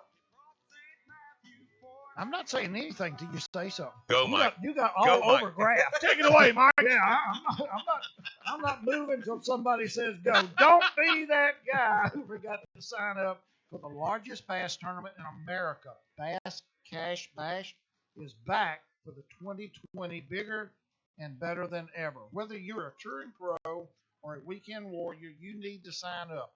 All you have to do is catch a tag fish and you win. Catch a tag fish and not sign up, you don't win. More lakes mean more opportunities to win cash and prizes. This year, lakes include the Louisiana Delta, Lake Eufaula in Alabama, Caddo Lake. You guys better sign Brand up before the March this 1. weekend. Sam Rayburn, Toledo Bend, Gunnersville, and Lake Fort in Texas. So don't be that guy that could have won a boat, but he didn't spend the $50. Sign up today at Bass Cash Bash. On the Primo Targets hotline with us, getting ready for the Bassmaster Classic. It's Chris all day. And Chris, obviously this Bass Cash Bash thing is going to be going on in Gunnersville. Are you going to get registered? I mean, that would be the most awesome thing in the world. You're in the Classic. Oh, yeah. And you catch a tag fish and win a truck. That would be insane. That would be. It's like one of those things where like the winner would definitely have that happen. It's like one of those crazy energies in the sport of bass fishing where it's just like everything happens all at once. And I've been there before. I've won a truck. I've won a Toyota before and a Toyota Texas, and I know what that's like. That'd be pretty cool. You know what? You mentioned something because people will talk about getting in the zone or whatever the case might be. There are days on the water, and it's like no matter what you do, you cannot do anything wrong. Now, obviously, you have the reverse of that. Those days you can't do anything right. But those days when you're Texas rigging a worm and you've thrown it out there in 20 foot of water and nothing hit it, and you're bringing it back to the boat and it gets 2 feet away from the boat, and you catch a 7-pounder. One smoked it. Yep. Yeah, that happens a lot. Happens a lot. Last year, I had several second place finishes, 3 seconds, third, 7th, 9th. When that's happening, you just gotta let it happen, man. It's so hard to get in that zone. How do you get in that zone? There's no guidebook on how to get in that particular realm, but when you're there, man, you just gotta do everything you can to keep it going. And things like that happen. You're picking out a backlash and a big giant one picks up your, buzzbait. I had a buzzbait one time, and the big fish ate it like a jig, taking out a backlash type of thing. And when those types of things happen, it seems like they all happen. Who catches a bass on a buzzbait laying on the bottom? And other thing, you were only 11 points from Angler of the Year last year. We're talking a couple of good fish away from winning Angler of the Year. Yeah, and I had it bombed, and I bombed an event, just like I did last couple weeks ago in Florida. Last year at Winyaw Bay, I think I had the same 80th place finish, and I came very close to winning AOI. So that's just that's just a few away. And like I said, I got on a really good run last year, like the second half of the season. So this year, hopefully, I can hop on my horse and get it going this second, third tournament. Boy, Florida threw a curveball at everybody, didn't it? Yeah. It did. Yeah, not very Florida-like. The grass for one wasn't there. The 40-mile-an-hour wind 2 days. Not only canceled 2 days, and we had 48 hours to think about it, and that wind blew all the water out of the system. It was a very, very tough tournament. Well, what thing? The toughest one I've ever been. One thing I want to tell you is, number one, now that the dust has settled between anglers leaving, coming, and going, now you got a couple coming back. Chris, I am really proud of you for staying and sticking to your guns and staying with BASS. I think it was a great move on your part, and I am really proud for you. I think it's turned out to be the best decision you made. Yeah, no doubt. And all my sponsors, they all feel the same way. And when I made the decision to stay at Bass, and I worked my tail off to get there. I wasn't going to throw it away for someone else's, basically for someone else. I wasn't going to go work for someone else to try to make something happen that wasn't. I spent my time in the Silicon Valley working, working as a technician out there, and I know what startup companies. I know the risk of startup companies out there. I've watched good friends go broke. Basically starting a company, and that's what that reminded me of when the opportunity presented itself, the invite presented itself. I worked my tail off too hard to get to where I was and risk it all for a startup company. And yeah, last year just the fishing side has definitely showed that that was the right decision. Not to mention all the sponsors and partners that have really not only stepped up, but our relationship has become stronger because of it. Well, let's circle back around to the Bassmasters Classic, Lake Guntersville, first weekend of March there. What's first day of competition? March 5th? I think so. Okay, March 5th. We're trying to take it one day at a time. Yeah, it's a long week. It's about a 2-week process. And we're on. We got practice that starts in 8 days. That's 3 days of practice, and then an off day, and then another off day, and then a full practice day, and then another off day, and then the actual tournament. So it's definitely a grueling week. I think this is my fourth classic, fifth classic. I don't remember exactly, but there's going to be a lot of rookies in the class. New to the Bassmaster Classic, who are going to feel that that shock and awe of, oh my gosh, the lights, the cameras.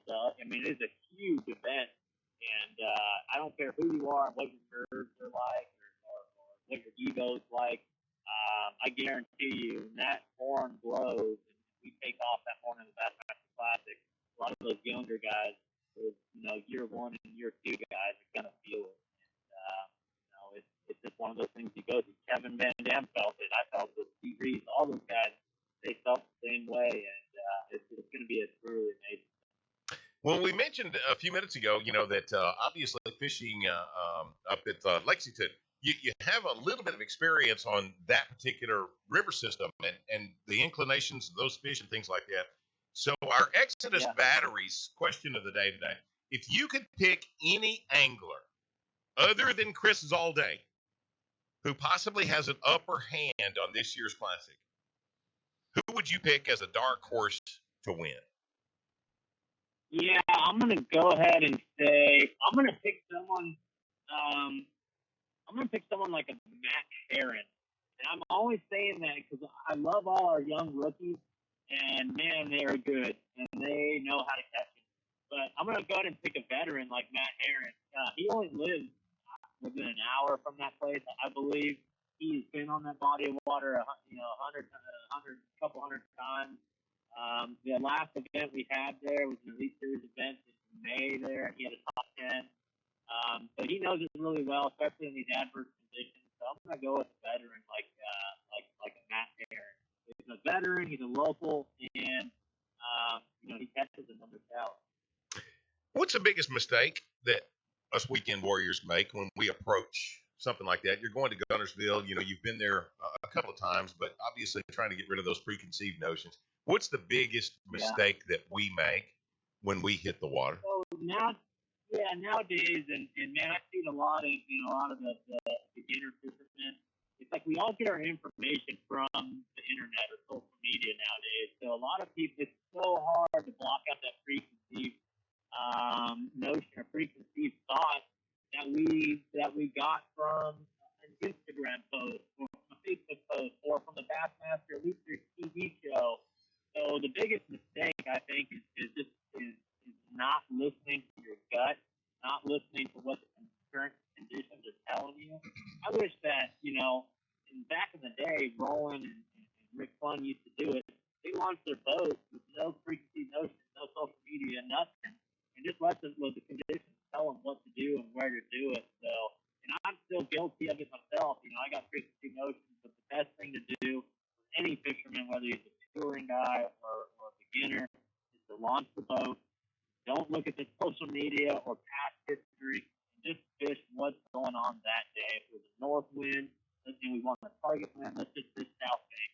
Or if the sun's out, let's just try those sunny banks. All new stuff, and good things lead to that. Well, I'm gonna tell you what, Chris. I don't know if you realize it or not, but there's a pretty consistent thing taking place with people that come on hooking up and tracking down, And then winning the classic. and winning the next tournament they fish. Amen.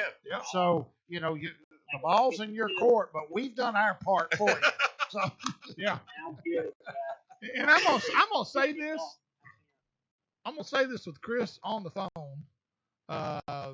Out of 96 tournaments, 67 times he is in the money. Guys, that's the highest percentage I've ever figured. That's 70% that he is in the money. You're just struggling, aren't you?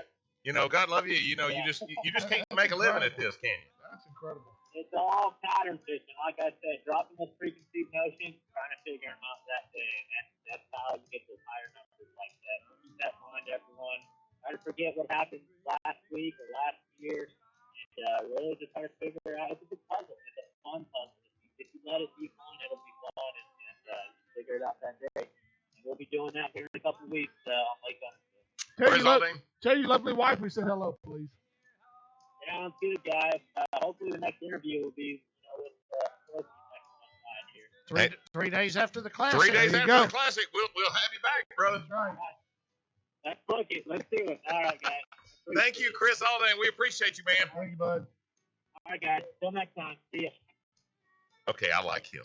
Oh, he's great. I really He is great. like him. I didn't think I was going to like a California boy, And if you meet him in person, you like him even more. but he's moved to Fort Worth. Maybe Texas has rubbed off on him. Yeah, probably so. Okay, that's what I'm gonna say. There Maybe you go. Texas just rubbed all that There you California go. out of him. There you I bet go. he'll eat chili now. I bet he wears cowboy boots. Sit tight. Johnny Geis is back with us this week on the Primo Targets Hotline. We're going to Lake Fork, hooking up and tracking down 11:30 the Tiger. Oh, you're gone. I can't forget. Right or wrong, I'll keep on dreaming.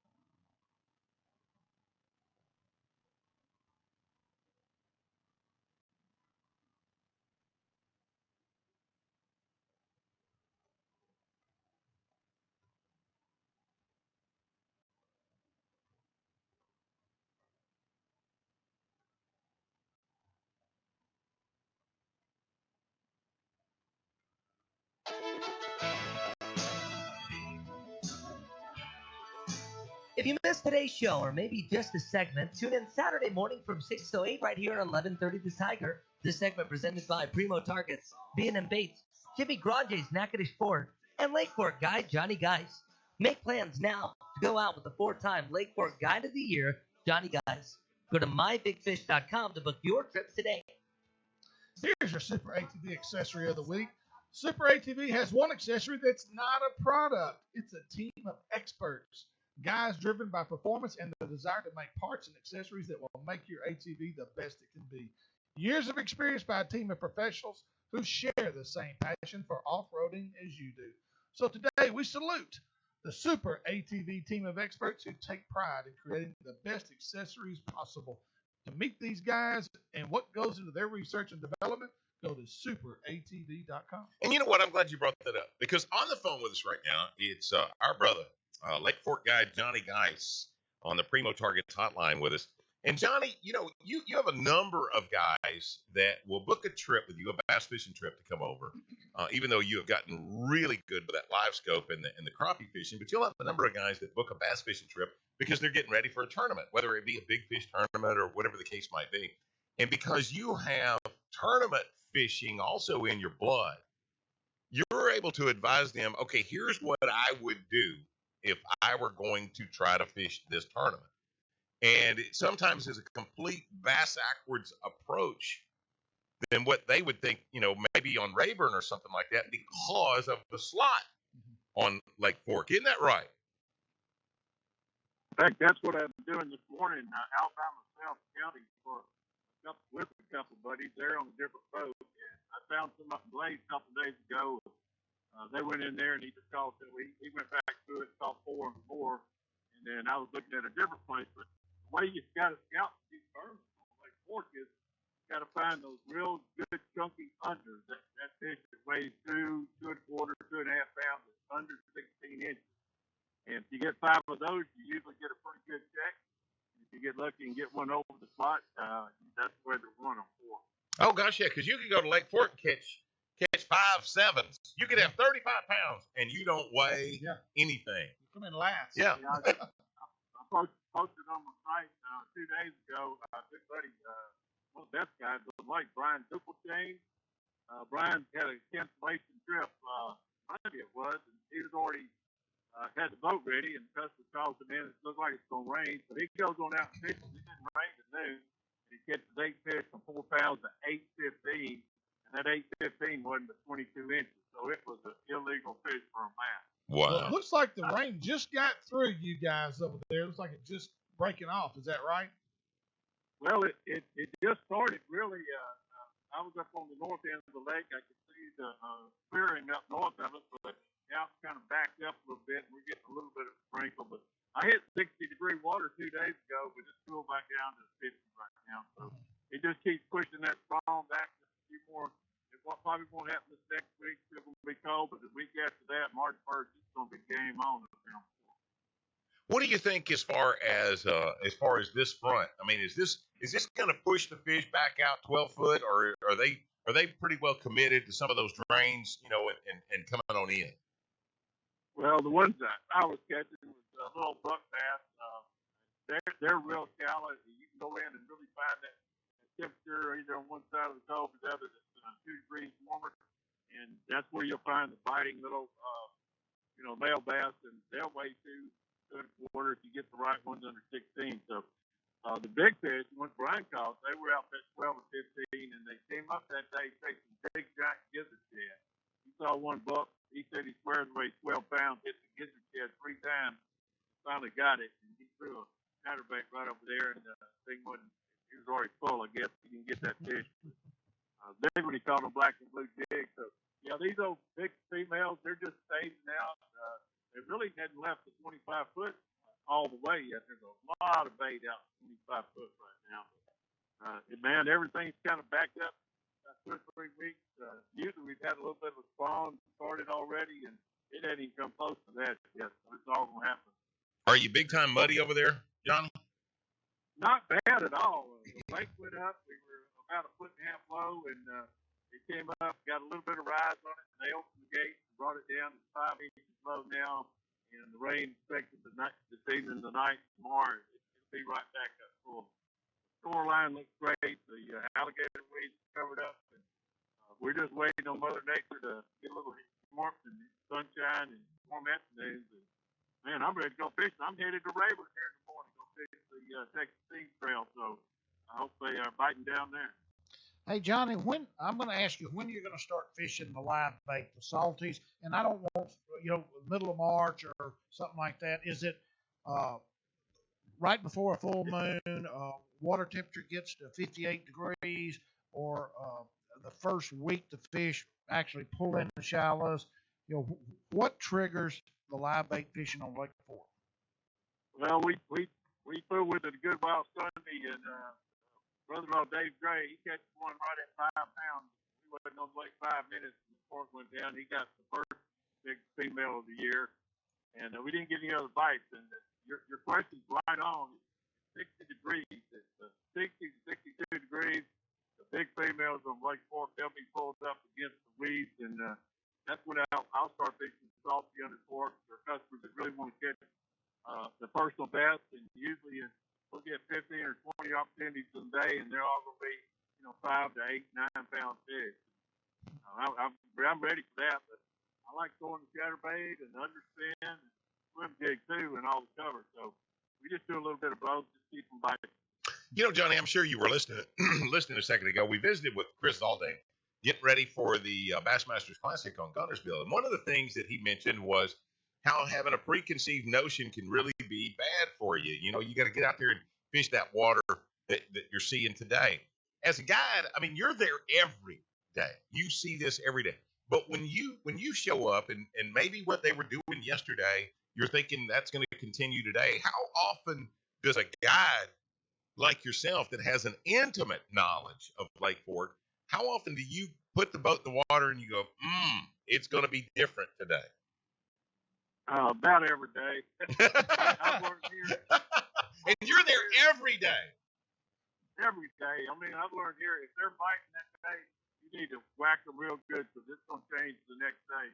Whether it's boat pressure or just the front or something, very seldom we get that same pattern 2 days in a row. But it doesn't take long to go run. I always go to the last place I caught fish. That's just kind of a rule of thumb.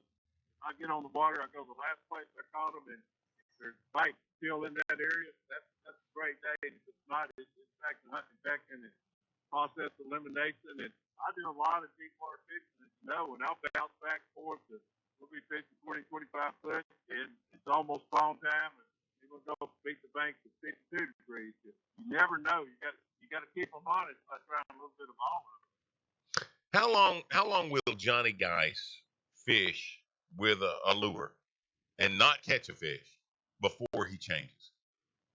Well, I got 2 or 3 start sites. That little understand with the little white spider, whether it's a skinny dipper or a B&M, the little white bait there with the understand on it, that's the best start bait. I use a Bro Barney swim jig, either white or chartreuse and white and black and blue. These are those 2 colors. And I fish that, and that'll usually get me hit. And okay, there's something here.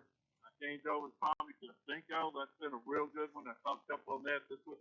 And yesterday, day before yesterday, you'll remember the old black slip-tail lizard? Yeah. Get so many. I was cleaning out my boat, getting ready to go to Rayburn, and I found an old bag of black slip-tail lizard. And man, I used to catch fish on those. I put one on and got 2 good little chunks in it 2 days ago. So. Good. Kirk Carver was making those again right before they shut down Sabine Manufacturing. He had made a modification to it and was actually making the old flip tail lizard. So you still get them at Bacon's. Can you? Mm-hmm. Well, Johnny, V&M also has a new bait out for the underspin. It's a paddle tail that's just come out, and a friend of ours actually did really well with them on, I think, Toledo Bend. Well, we had him. No, we didn't have him on. Justin Cooper finished 4th at Toledo Bend with the new bait from V&M. It's prototype, but it's coming out. That's what I was using. Still, I'm not exactly sure the name, but they got pretty popular down here on Fork last year. So, and I got a little underspin head. I picked up that tungsten weight, and the blade's real close to the weight in the middle, and it just fishes good. So I made a Rayburn with that and fished a little bit of the grass there, and the only problem is the cold front comes through down there, and I imagine I'll be out going to Carolina rigging 15, 20 foot of water to try to get a check on Rayburn. And don't be afraid to go to the bushes either. I don't think they're gonna be there. I think their water's just a little bit too cool for them bigglers to hang out there, and you know how those tournaments are down there. You gotta have that 15 or 20 pounds. Would the Carolina rig in 15, 20 foot of water be the way to go if I was headed to Lake Fork this weekend? It will. I keep, again, we're focusing on a different fight for the tournament. I mean, you got to go in and find those little pockets of 2.5 pound fish. If you wanted to catch one over after you got that, definitely got to back off and get on the points and the drains and Carolina rig, a fluke or Cinco or a baby brush off. Those three baits right there will get you bit. And each day one might be a little better than the other. When you rig that Cinco, when you rig that Cinco like that, are you rigging it wacky or are you rigging it wormless? No, I'm just rigging it just like a worm, weightless. What I meant was weedless. Not weightless, weedless. I'm sorry. Yeah, no, just take rig it and put it behind that big 1 ounce weight, and it'll get dead. That thing looks real good behind the Carolina rig. Okay, Johnny, somebody's wanting to come go with you. Biggest fish of their life. It's all going to be in your hands. Yeah. And you're the man for the job. You do it every year. You do it. I can attest. You can do it every month. Yeah. In fact, usually there are weeks that you do it several times in that week. Somebody catches their personal best. And Lake Fork, I mean, I'm going to say if there is a lake more renowned for big fish in our part of the world, I wouldn't know what it is. Yeah. How does somebody get in the boat with Johnny Geis? Just give me a call. I'm booking trips now. Got some good days left in March. This first full moon is going to be gangbusters. Call me at 972-800-3882. Area code 972-800-3882. Go through my website if you like that. It's lakeforkbigfish.com. And Johnny Geis Fishing Guide on Facebook page. I post it almost daily. And, man, I can't wait. It's going to be great here. And I've been fooling with those big old crappie for a while, and I'm going to let them rest and go big boy crappie fishing with that cork and salt. There you go. That's what I'm talking about. Johnny Geis, thank you, brother. And good luck on Rayburn. Thank you, guys. Johnny Geis, our Lake Fork Guide of the Year. 4 years? 4 times. 4 times in a row. And I'm going to tell you, because we have spent so much time with him in the boat, I'm telling you, even if you never caught a fish, which you're going to, but even if you never, you're going to learn something. Oh, yes. And that's the most important takeaway from that. If you book him once, you'll book him again. Oh, gosh. Maybe even the next day. If he's available. I've never seen anybody Johnny's age fished as long as he had that still gets excited every morning. Yeah. Every time there is a fish on the line, Johnny's favorite line is, I hate my job. I hate my job. I hate my job. I hate my job. We are hooking up, tracking down 11:30 the Tiger.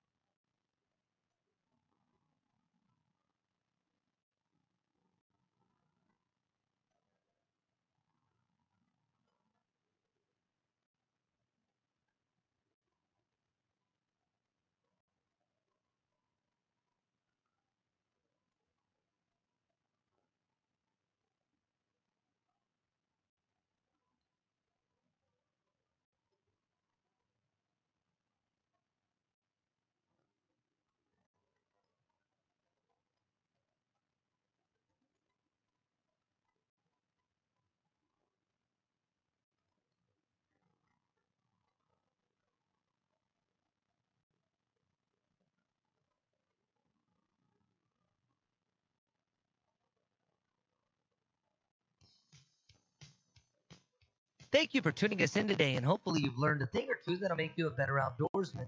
This final segment presented by Candyman Pet Lodge, Nichols Department Stores, Cypress Knee Outdoors, Bass Champs, and Sprolors. Check out Spro's new line of colors offered in their Rock Crawler series of crankbaits.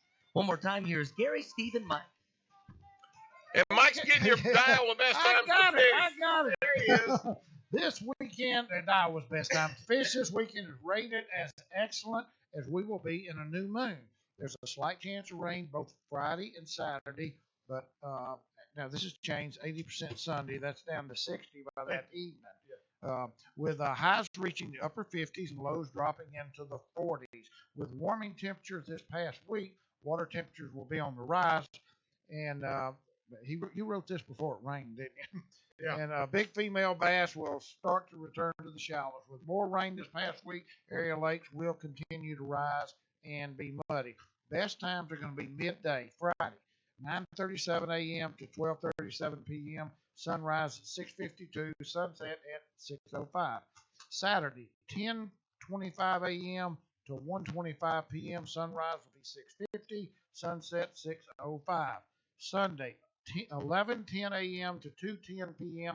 Sunrise will be 6:49, sunset 6:07. This has been your Iowa's Best Times to Fish. Okay, without looking, what time is sunrise Saturday? Don't have a clue. Just wondering. If I had to guess, He just gave it. 6:55. Your Candyman Pet Lodge pet tip of the week. If your dog spends any time indoors, toilet training is an absolute necessity for obvious reasons. Exercise patience and use the proper training techniques and start when the dog is about 3 to 4 months of age. You don't wait till he's 3. You start when that puppy's 6 months old or 6 weeks old. You know, you got. I'm going by the expert. Okay, all right. He hadn't had to come clean your carpet. No. Any earlier, and your puppy probably won't yet have sufficient bowel and bladder control. And you know, I'm going to differ with this because I have always said that if your puppy poops in the house, it's your fault, not his. It's because you didn't take him out often enough. That's just my thinking. Yeah. When you begin the training, start by confining the puppy to a fairly restricted area. As your puppy begins to learn that business is to be conducted outside, you can gradually expand the area that it is allowed to roam in. This has been your Candyman Pet Lodge tip of the week. Don't leave your dog with just any kennel. Treat your dog with a trip to Candyman Pet Lodge. That's the way to do it. Of course, I differ with that. Now I have what, a thimbleful of the experience that these pros have, but we got 4 dogs in my house. Yeah. 4 In the house? in my house. Ask me if that was my choice. You know, we've been married forever. Yeah. You know how many dogs we've had living in our house in 46 years? Does Luke Luke never gets to live in there, does he? Never. Okay. Never. How many dogs have lived in your house? 0. Wait a God. 0. Will you call Julie? Yeah. Okay. Good luck with that. Okay, we're getting ready this weekend. The first of the Lucky 13 tournaments going to be Sunday on Cattle Lake. Obviously, with the high water, it looks like possibly going to see a change in the weigh-in location. Yeah. And what I'll do is I'll go up there Friday, ride around the lake, and go Shady Acres first, talk to the lady up there. And but I'm going to say there's a better chance than normal that we may have to move the weigh-in because they've got the Where will you notify people if the weigh-in does change? I'll put it on the website. What's the website? It's Bayou Outdoors website. Okay. You go to the tournament section. Okay, gotcha. And then Patsy will also put it on the Facebook page. On the Bayou Outdoor Facebook page.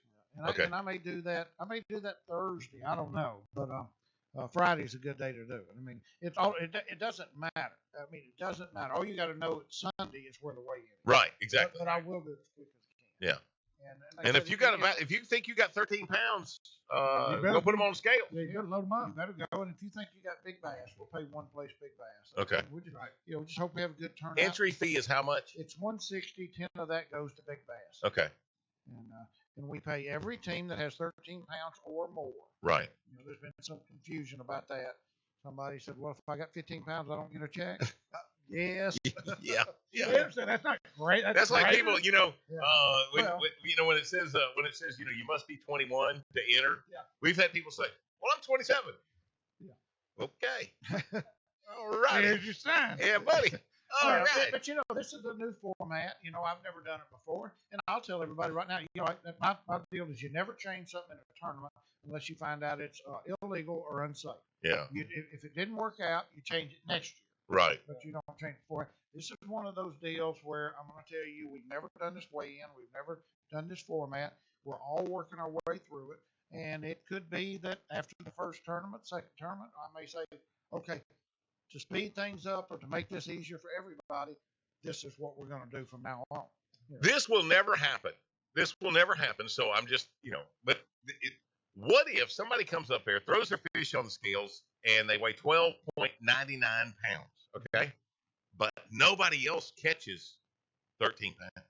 Well, it'll never happen. Okay. But it could. It doesn't matter. It doesn't matter if it happens or not. Yeah. That guy will not win. He will not place in the money. Okay. But nobody. But let's just say nobody caught 13 pounds. Okay, I've thought about that because now it is a.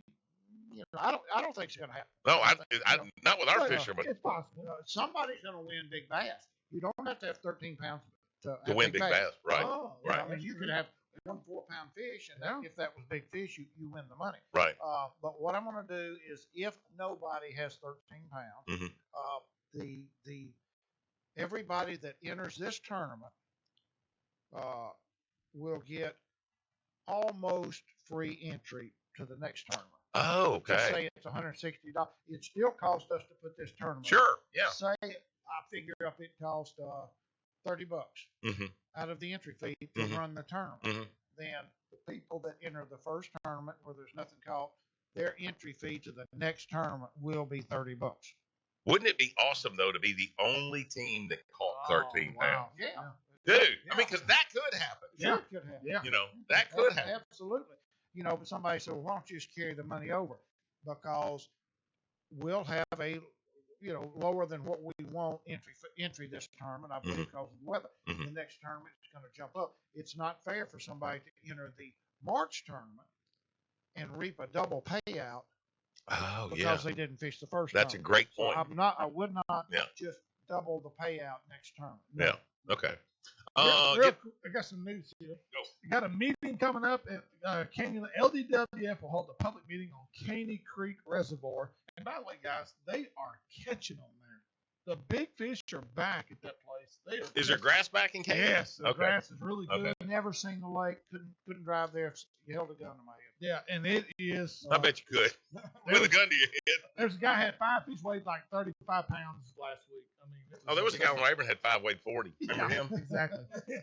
Discussion topics will include aquatic vegetation issues, results from recent fishery samplings, angler trends following the recent regulation change, and future management recommendations. LDWF established a comprehensive management plan for Caney Creek Reservoir in 2006, which provides annual public meetings to update the public regarding ongoing projects, fisheries management issues, and aquatic vegetation.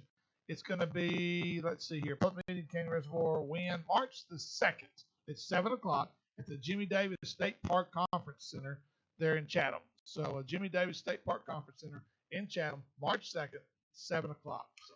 Dude, I'm gonna tell you what now. For the most of the summer months, I guarantee you that the biggest discussion that there's going to be around is going to be Salvinia. I honestly think we could see as bad a year as we had 3 years ago. Yeah. I mean, I agree. I honestly think that with the lack of winter weather that we've had. Now, granted, we traditionally will see some winter weather in the first parts of March, but we're 1 month away from spring right now. Yeah. It's 4 weeks away. As much as I would hate to see it, a freezing rain would go a long way. Yeah, I mean, I'd hate to think that we're, because I predicted we were going to have an ice storm this year. Yeah. In fact, I thought we were due for a we're really not, hard We're winter. not out of the woods yet either. No, but in all likelihood, I mean, if you look at the long range forecast, it's really not in the works. And I'm going to tell you, if you look at some of the pictures on the Lake Vistano Facebook page, it's bad. Like that. So we're going to need to talk to some biologists here before long and find out what's in the works. We'll see if we can get Take us home, Brother Graff. All right, here we go. All right. Well, I've been fishing tournaments for 30 years. I'm more amazed at how this sport has progressed, especially in the last 10 years. High school and college bass fishing are at peak levels in terms of participation. With this comes education. No one comes into this sport just knowing what or how to act. They have to be trained, just like in the other sport. That's why we need veterans of the sport to step up and educate the up and coming anglers on what's right and wrong. So I'm reaching out to all veteran anglers to embrace this task and let's teach the young generation what makes our sport great. Trust, sportsmanship, and courtesy. For Kerry McCoy, Mike Eccles, Jay Watley, yours truly, Steve Graff. Thank you for listening. Tune in Saturday morning right here on 11:30 The Tiger at 6 o'clock for more hooking up and tracking. Damn.